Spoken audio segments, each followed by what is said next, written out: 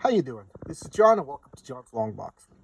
When you have a billion comic books like I do, the hardest part of doing a showcase every day is picking a comic. Sometimes when you have infinite choices, you get overwhelmed and you don't know what to do, which is what happened the other day. I just ran out of time laboring over what to do.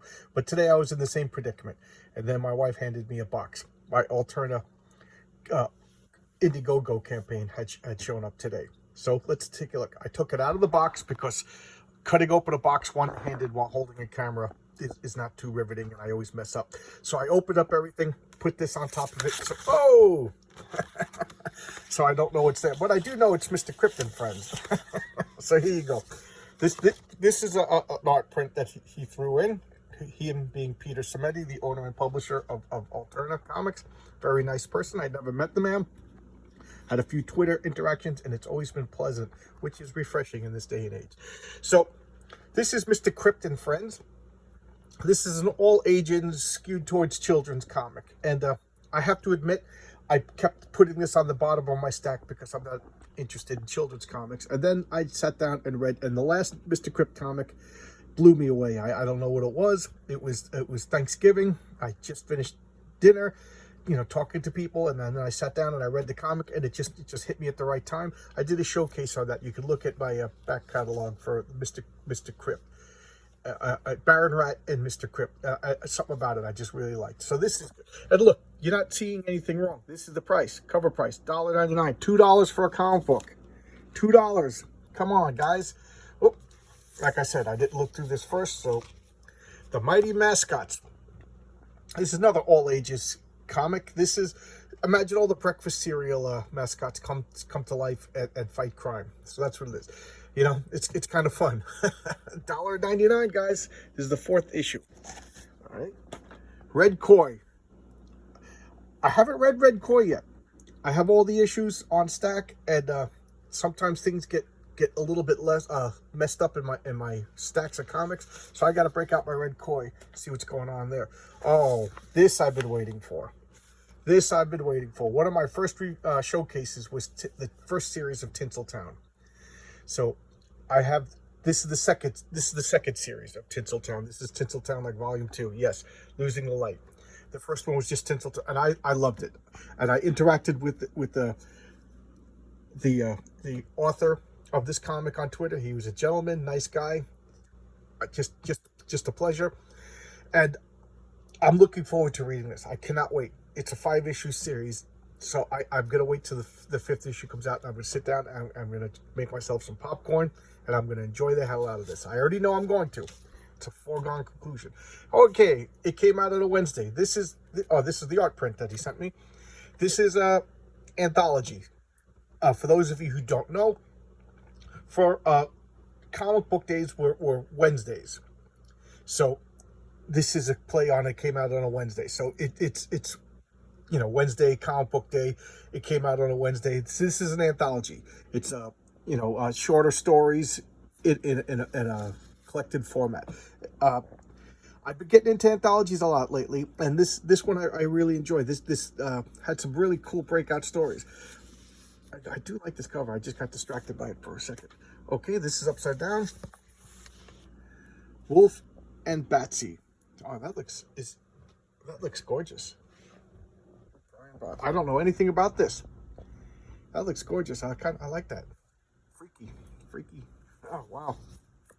All right. I don't know if that's. Oh, here's number 1. Okay. Cool. Thank you. This looks fun. Can't wait to read this. Werewolves and Vampires. How could you go wrong? Oh, Downcast. Excellent. This was another comic. For some reason, I don't know why, I kind of put it on my read later pile, and then my read later pile got so big that it was in danger of falling over, and then my comic book would get bent, and I'm sure that you guys can understand how that would freak you out. So I sat down one night after work, put on my pajamas. I came home from work, took a shower, put on my pajamas, and then burned through this stack. And Downcast, I was like, why did I put this on the other pile? I loved it. I loved it so much that as soon as I was done, I tweeted out to Mr. Samedi and the author of this comic, whose name escapes me at the moment. Oh, here it is, Clint Stoker. And They replied within like 15 minutes. Asking them, did I miss the other issues? And, you know, and they were like, well, glad you like it. You know, just in time, you'll get the other issues. So, man, you know, I don't know what it is. It's just something about it. I'll do a showcase on the comic to talk about it, because I don't want to spoil it, because I don't want to spoil comics that are new. The theory of my channel is I kind of do older stuff, so I don't care if you get spoiled on a 40-year-old comic, but I don't want to ruin stuff that these guys are trying to pay the bills with today. Oh, yes. I did a showcase. This is a rare. I actually read T-Bird and Throttle #1. As soon as I was done, I picked up the camera and did a showcase. I've never done that before. I was so excited. This probably was my favorite comic of the year. I loved it so much. I tweeted about it, and then I did something that I never do. I went online and I looked up Josh Howard, and I looked to see what other stuff he published, and then I realized that I had his Dead at 17 comics that I didn't even realize that I had. Well, I got so many comics, don't take that as a slight. You know, I got so much stuff. So I went and I dug up my Dead at 17, and I got them right over here. I'm gonna reread them again. And I saw that he had other versions of this, so I went and I bought. So I have like a million different versions of this T-Bird. I never get variants and stuff like that, and I can't believe I did it, but I liked it so much. I can't wait to read this. I cannot wait. Matter of fact, as soon as I'm done with the camera, I'm reading this. I liked it that much. Okay. Oh, and it feels so good. Blood Realm. Haven't read Blood Realm yet. I got a big stack of Blood Realms to read, but look at that. That is just the ooh.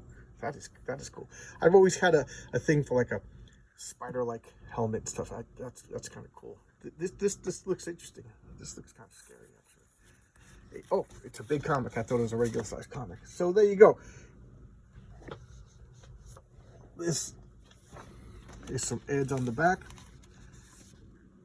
Okay, and there you go. A little short little video showcasing some of my Alterna comics. I'm gonna put back my T-Bird and Throttle, because that's right now my current favorite. So you could go to alterna.com